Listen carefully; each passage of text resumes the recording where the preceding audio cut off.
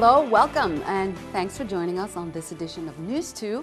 I'm Sandra Gumansing. Topping our newscast tonight, a Golden Grove inmate is challenging a federal court's decision to keep documents related to the VI prison's consent decree under seal.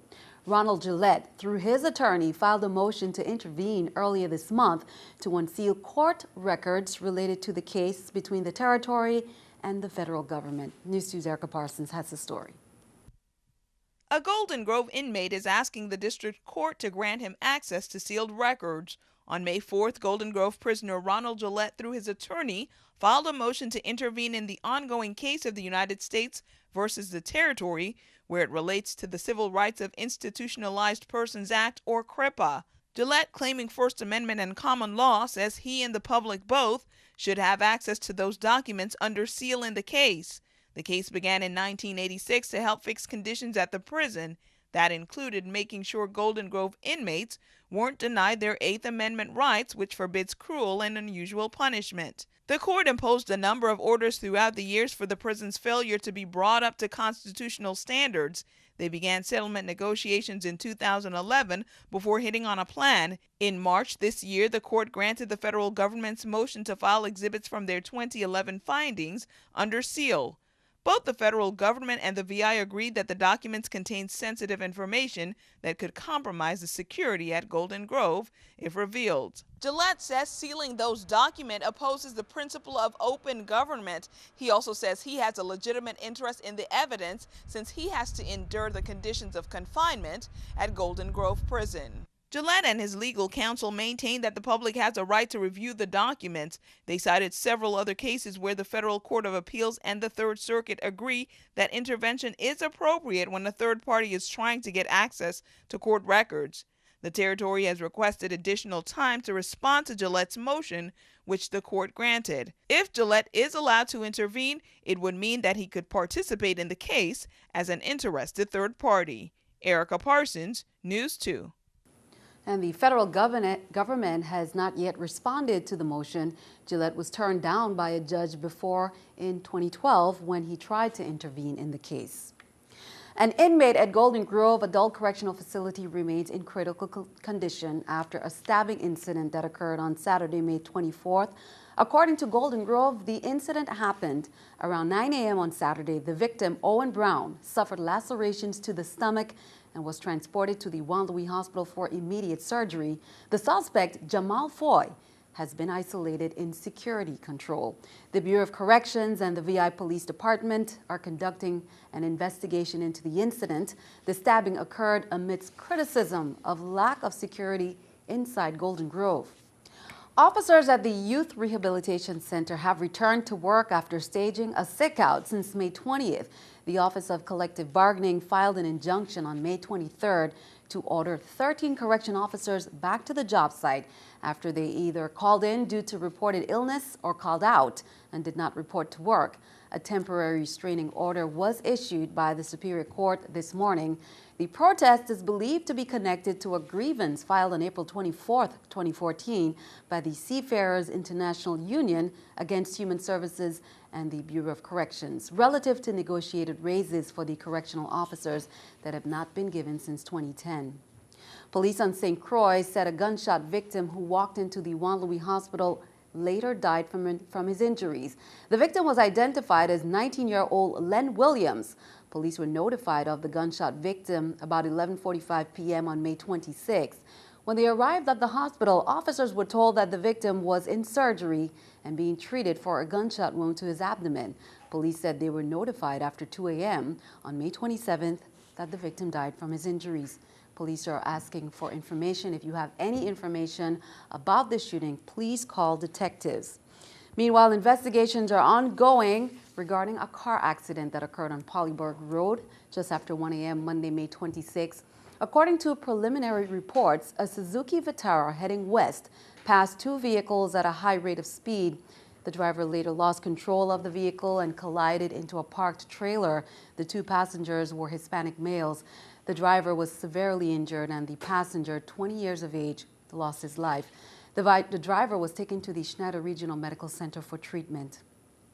Turning our attention overseas, hundreds of residents and locally active military men and veterans gathered solemnly on Monday for the 2014 observance of Memorial Day.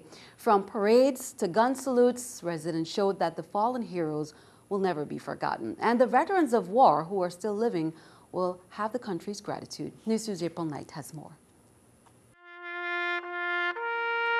It was a proud yet somber occasion for those who gathered Monday for this year's Memorial Day observance, where fallen heroes were remembered and living veterans were honored. On St. Thomas, residents paid tribute at the Western Cemetery and the Emil White Memorial, where a wreath of flowers was thrown into the sea. A ceremony was also held at the Roosevelt Veterans Memorial Park. The fallen heroes that we honor today and all those who have served our nation in our armed forces remind us that the rights and freedom we so often take for granted are not an abstraction, but have been paid for in the dearest currency possible. The very first Memorial Day took place in Charleston, South Carolina on May 1st, 1865. A group of newly freed African Americans buried more than 200 Union soldiers that had been cast into a mass grave by the Confederacy. More than 10,000 people attended a parade and ceremony on that day, a tradition echoed by the territory's remembrance of the event each year. Lee Carl Whitaker spoke on the essence of this annual remembrance of those who gave the ultimate sacrifice for their country. We're here today to honor our service members and to remember their sacrifices they have made and the courage it takes to defend honor, duty, and country. We stand in the midst of patriots and the family and friends of those who have nobly served. The programs ended with gun salutes and taps renditions, but for many, especially the loved ones left behind, remembering their fallen continues every day, not just Memorial Day. Reporting for News 2, I'm April Knight.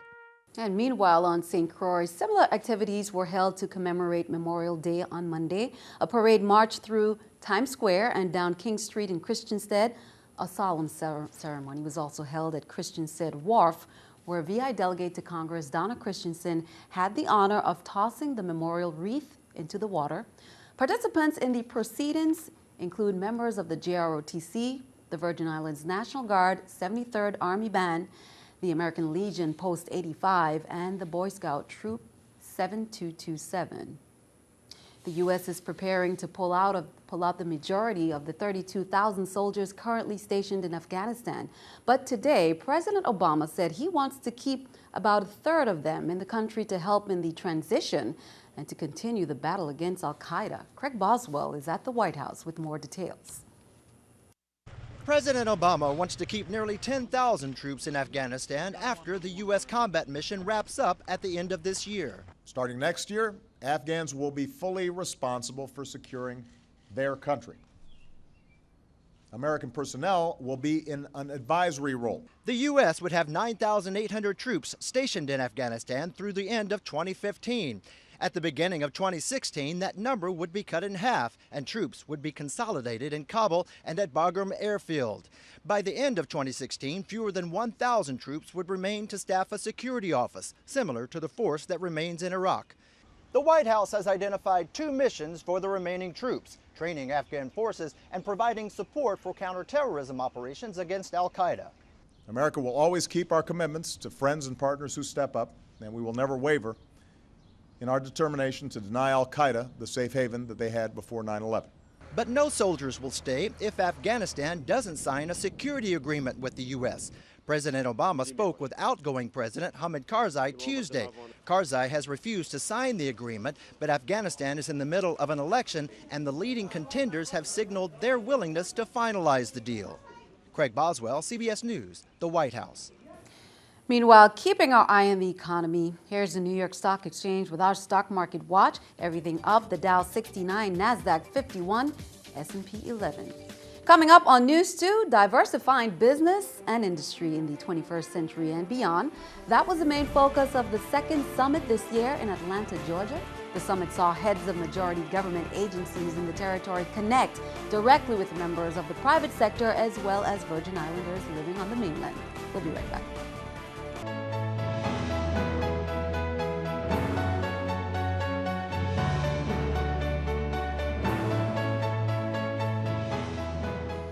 Health professionals recognize the challenges caregivers face when taking care of their loved ones, and it's important those caregivers have options to help them cope as well. Here's tonight's Mental Health Minute. Learning about the condition is very, very important as a family member of someone who has a mental illness. It's important to read all you can, to identify the resources that are out there, to talk with the treatment team about the condition and about what you can do to be helpful at home. It's important for family members to set their own boundaries as to what they will and will not accept, even though they understand that some behaviors are within control and some are not within control. For people who have a family member who has mental illness, very often getting counseling yourself, going to a support group, talking to friends and family, just knowing someone else who's in a similar situation, or talking with someone who's in a similar situation can help. Above all, accepting that the family member has a mental illness. I think sometimes we don't want to recognize it, and so we may explain it away as something else. We may hope that it gets better without intervention. Thanks for that, Dara. Well, in other news, diversifying business and industry in the 21st century and beyond. That was the main focus of the second summit this year in Atlanta, Georgia. The summit saw heads of major government agencies in the territory connect directly with the members of the private sector, as well as Virgin Islanders living on the mainland, who came out to see where and how they can be involved in moving the territory's economy in the right direction. News correspondent Natafa Romain was there and files this report. The passion to make the territory an economic powerhouse was alive and well amongst the diverse crowd at the 2014 Economic Development Summit in Atlanta, Georgia last week, where agency heads of Governor DeYoung's administration and executives in the private sector held a direct dialogue with the VI diaspora on creating a sound economic future in the Virgin Islands. One of the future initiatives discussed was the expansion of the cruise ship industry in the territory. In January of this year, we completed a 125-foot expansion to our existing facility. And as a result of that investment that was made, the West Indian Company can now take 3 mega ships, and that means 3 ships of over 4,000 passengers per ship. This is very important, not only for the West Indian Company, but also crews in the territory. The group also heard from Governor DeYoung, whose keynote address discussed the past, present, and future of the territory's economy. We have a tremendous opportunity in the Virgin Islands. It's been difficult for the last couple of years, but that difficult part of it is really what creates the opportunities for us. From the closing of Hovensa, to bringing of Diageo, to the knowledge-based economy with broadband and all the ISPs that have been formed in the last couple of years, and young people that are just making sure that information technology gets rooted in our community, we're well positioned to take advantage of that. As the summit wrapped up, all left energized and optimistic about the territory's economic future, setting forth a clear collaborative path for future summits. I kept hearing different things in our community in the virtual space, and I finally said, you know, we have to figure out how to get people talking to each other. And what started as one conversation where we said, how can we just sit with our elected officials, turned into a challenge to bring everyone under one roof. Then we were asked to bring it to the Atlanta area, and now we know we have to keep it moving forward, because based on the conversations over the last 3 days, we were told the momentum has to continue. In Atlanta, Georgia, Natafa Romain, News 2. The Virgin Islands Economic Development Authority participated in the USVI Summit as well. Now, while in Atlanta, the VI EDA hosted a tax benefits seminar and reception for 20-plus targeted tax and personal wealth management advisors. One of the members of the private sector that also made a presentation at the summit was Innovative. Sean O'Donnell, president and CEO of Innovative Companies, laid out the territory's telecommunications industry, global trends, and its future. The change that we're doing at Innovative is changing not only Innovative's employees' lives, but also the lives of many people in the territory. We're really transforming Innovative from an old telephone company with basic telephone service to a modern telecommunications company that provides a wide range of advanced services. And that change is helping the employees of Innovative, but also the territory, helping the consumers with the types of services that they want and that you didn't used to be able to get on the mainland, and now you can in the territory. or only get in the mainland, but now you can get in the territory, but also the businesses, and it enables the territory to compete to attract businesses from around the world. Innovative is the parent company of CBS TV2. Be sure to stick around. Your News to AccuWeather forecast is coming up next.